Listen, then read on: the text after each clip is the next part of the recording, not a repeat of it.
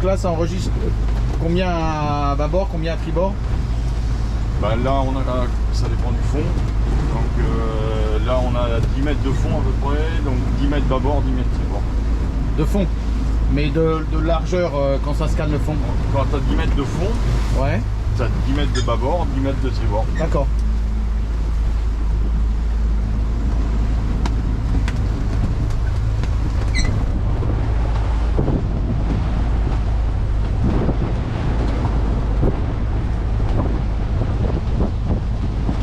Et là, l'antenne SX20 calcule avec la houle, compense. Si tu n'avais pas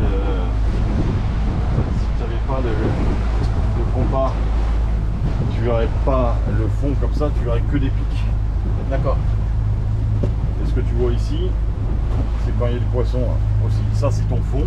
Ouais. Donc, Et vois échos. qu'on est. Et ça, tu vois ici les échos de poissons. Hein. D'accord. Et tu les vois ici en rouge sur le 3D.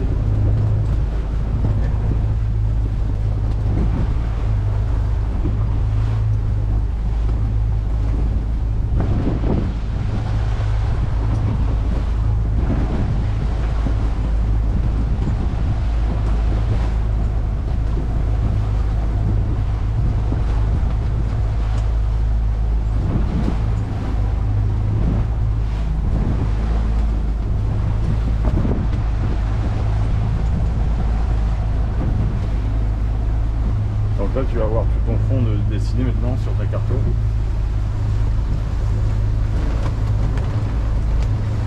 Il n'y a pas besoin d'aller spécialement en ligne droite. Non, non. D'accord. Et partout où tu sais pas passer, bah, tu auras des Passer. trous. D'accord.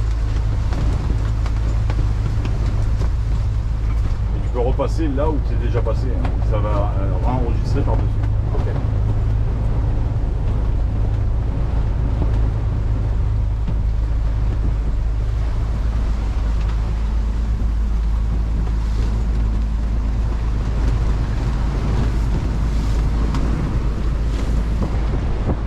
Et là, ça va te dessiner les vraies lignes de sonde.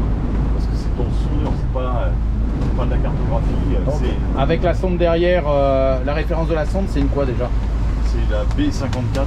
B54. Avec le DFF 3D. Quoi. D'accord. Fais gaffe. Hein.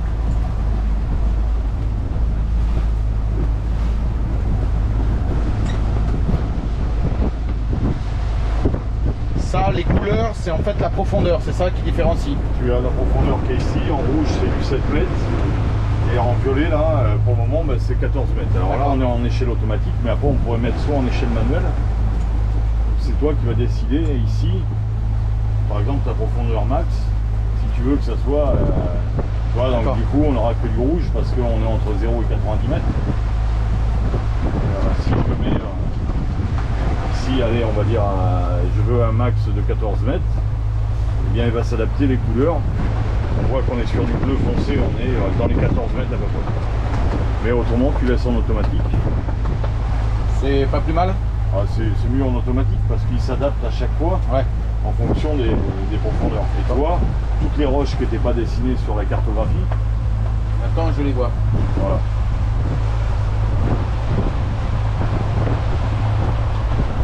Et donc tous les jours, quand tu vas passer, quand tu vas aller dans tes points de pêche, bah, tu vas refaire ta cartographie petit à petit, mais la vraie cartographie. Donc là, Tu vois, ici, je te disais qu'il y avait une montée simplement sur la carte, mais il n'y avait pas dessiné ça. ouais. Ici, on voit bien que c'est rouge. Alors là, ça vient de changer parce que. Mais et ces dessins de fond, tu les avais pas. Et Ouais, là, si tout à tu veux fait. trouver des pierres, tu vas en trouver des trous, des pierres. Tu vas, voilà. Je peux avoir plus de détails sur les pierres ou c'est... Bah, tu vas voir, là, tu vois, ça, tu les avais pas. Hein. Tu vas prendre n'importe quelle cartographie, tu les auras pas parce que c'est clair. son sondeur là qui l'a fait. C'est vraiment ce qu'on appelle de la PVG, hein, personnel bathymétrie générale. Tu te retravailles ta carte au fur et à mesure que tu navigues. Donc maximum, quand en beau temps, 300 mètres de fond. 300 mètres de fond maximum et le mieux c'est de ne pas dépasser les 10 nœuds si tu veux avoir une belle prospection. D'accord. Parce que plus tu vas aller vite, il y a des choses qui vont pas s'afficher si tu veux sur la cartographie. D'accord. Si je veux revenir à mon sondeur classique avec ma sonde 275 LHW, Ouais. Tu reviens ici et ça continue malgré tout. Là tu peux regarder donc tes poissons ouais. Et là j'ai la compensation avec l'antenne SX20. Oui. Donc c'est pour ça que autrement, tu n'aurais pas, tu as vu les vagues qu'il y a, tu n'aurais pas ce fond comme ça. Ouais, là il y a vraiment de la houle aujourd'hui et là le fond est vraiment plat, ouais. Ça compense. Exactement. Donc c'est une antenne GPS 4 antennes en une, c'est ça? Alors c'est plus qu'une antenne GPS, c'est un compas satellitaire. Et le compas satellitaire, il a 4 antennes GPS.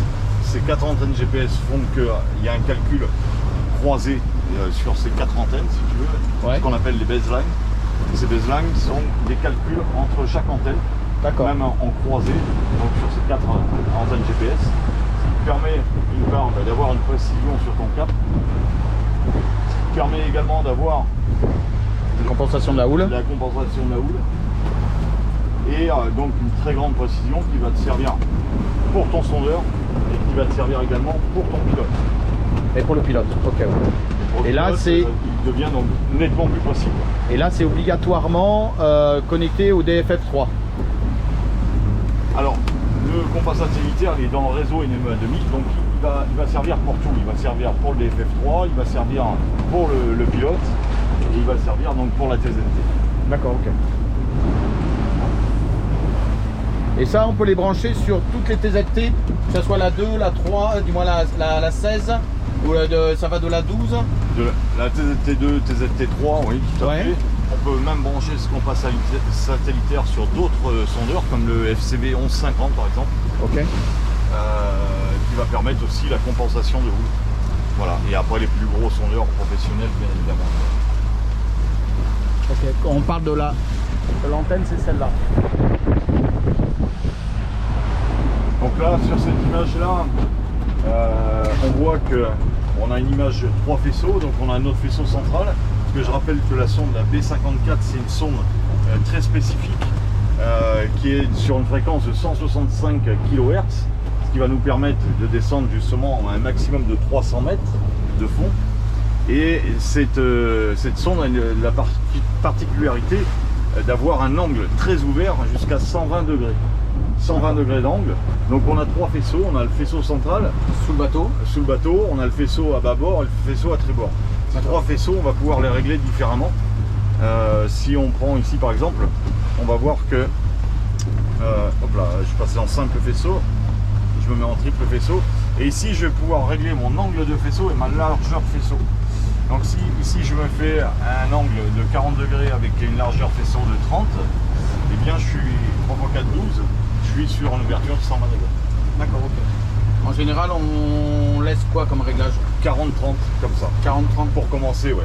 Après, si on voit qu'on est dans des fosses où on est sur des bords, il faut réduire son angle, bien évidemment, parce qu'autrement le fond sera faussé, quoi. Et je passe à combien? Eh bien, on diminue au maximum, c'est-à-dire que là, si je suis dans des fonds très accidentés, je vais passer en 20 ici. D'accord. Ok. Maintenant, si je sais que je suis sur des fonds plus ou moins plats, même s'il y a des descendants ou des roches, des têtes de roches, là par contre je vais ouvrir mon angle au maximum. D'accord. Ok. Et dans un premier temps, le 40-30 fonctionne très bien.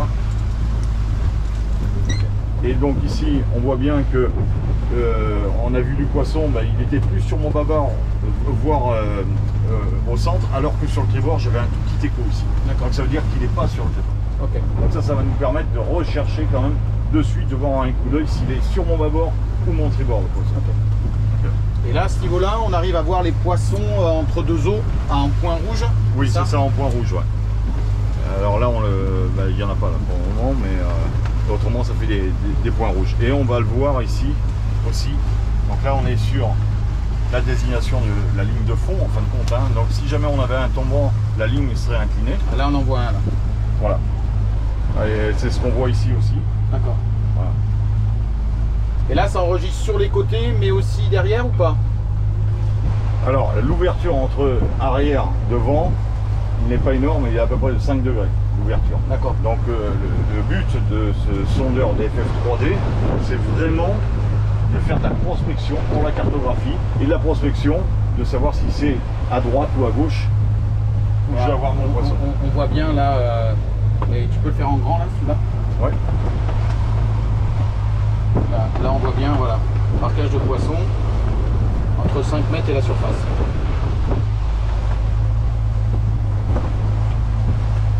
Est-ce qu'avec ça, je peux pêcher, je vois ma ligne descendre ou pas? Ah ben ici, on verrait très bien sur ce qu'on appelle la transversale, là. On verrait si on descendait à l'heure, on verrait le leurre descendre jusqu'au fond. D'accord. Voilà. Alors là, je vais repasser sur la cartographie pour regarder un peu ce qu'on vient de faire. Voilà, là, je viens de redessiner donc cette partie de cartographie. Et on voit que ça s'adapte, hein, si je change d'échelle.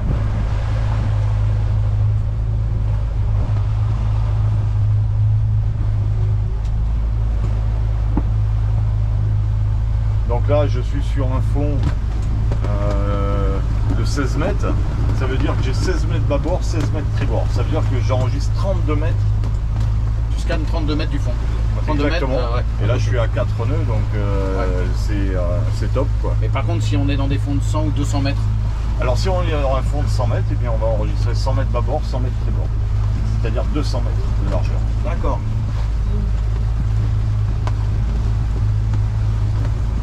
Et ça se sauvegarde sur une carte SD qui est dans la TZD.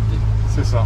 Donc la carte que vous avez qui fait 32 Go, vous en avez déjà pour une dizaine d'années. C'est une 64 sur moi. 64 Go, là elle en a pour des années à enregistrer, mais tout est possible, c'est-à-dire on vend aussi des cartes de 256 Go. Ah, elle est adaptée? On peut la... Bien sûr, il suffit n'importe quelle carte micro SD HDS du commerce, ça fonctionne. D'accord. Et la sonde, elle donne aussi la température, c'est ça? De l'eau? La sonde. La 54. La 54, oui. Alors là, je vois que j'ai un trou, je vais essayer d'aller par là. Ouais, tu tournes le volant en fait pour aller en direction du trou, quoi. C'est ça. Pour scanner ce qui manque. C'est ça. Là, je fais comme si c'était ma zone de pêche, quoi. C'est un enregistrement en 3D en fait. C'est un enregistrement 3D, on peut pas dire 3D, mais c'est surtout ça scanne le fond et au lieu d'avoir simplement un point, eh bien là j'ai toute une largeur de bâbord à tribord qui va être répertoriée tout de suite sur ma cartographie. D'accord. Le but c'est vraiment ça, c'est vraiment de refaire sa carte avec des données précises de son sondeur.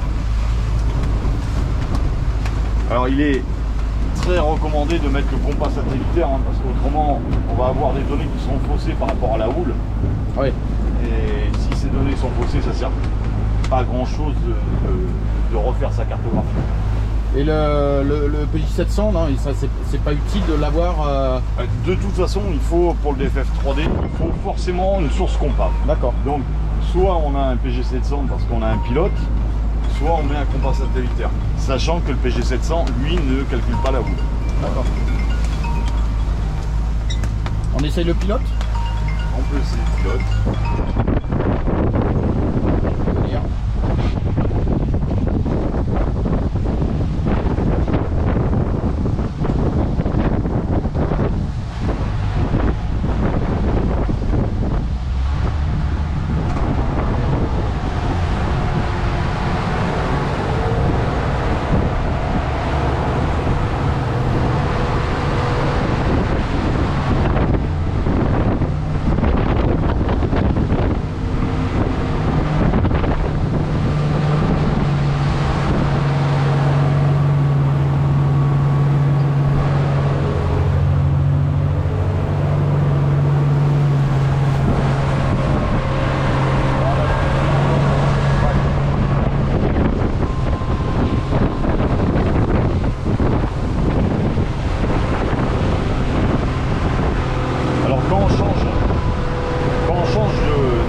Avec le pilote, c'est-à-dire quand on change de vitesse, il faut le laisser, il a un temps d'adaptation.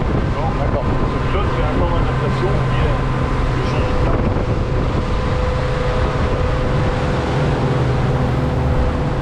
Est-ce que tu peux mettre le pilote tout de suite? Par exemple, tu es à 20 nœuds et d'un seul coup tu enclenches le pilote. Ah, bien sûr. D'accord. Bien sûr.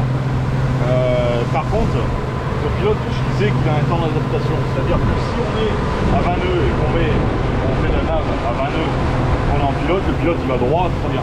Ouais. Je passe à 5 nœuds pour faire de la prospection, pour faire de la traîne ou autre, eh bien le pilote il risque de zigzaguer un petit peu. D'accord. Il va s'adapter. Il faut attendre. Il faut attendre un petit peu et il va s'adapter. Dès que je change de régime moteur, il va s'adapter. D'accord. Tu peux essayer de marquer un point pour, comme si on allait à ce point-là. Allez.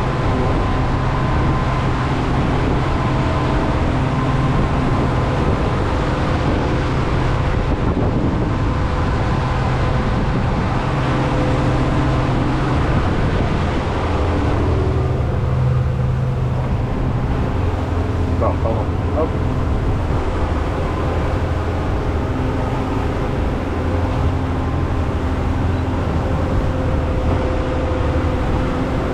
toucher à rien, il va y aller tout seul.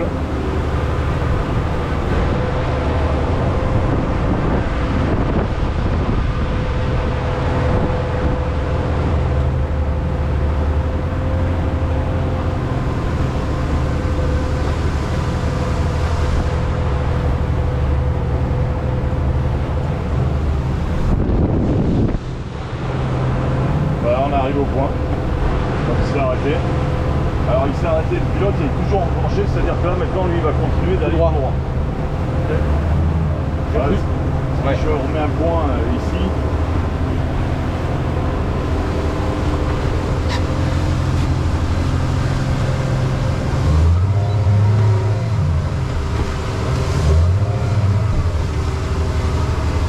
Enfin, je lui ai fait faire Un tour complet. Ouais. un tour complet.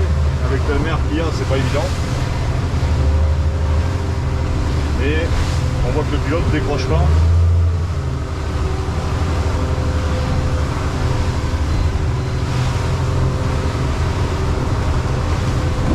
Ouais, il est vraiment plus précis avec cette antenne, quoi. Oui, du fait qu'il calcule, comme j'ai expliqué avec les 4 antennes GPS, Ouais. ce compas satellitaire calcule vraiment un cap très très précis à 0,02 degrés.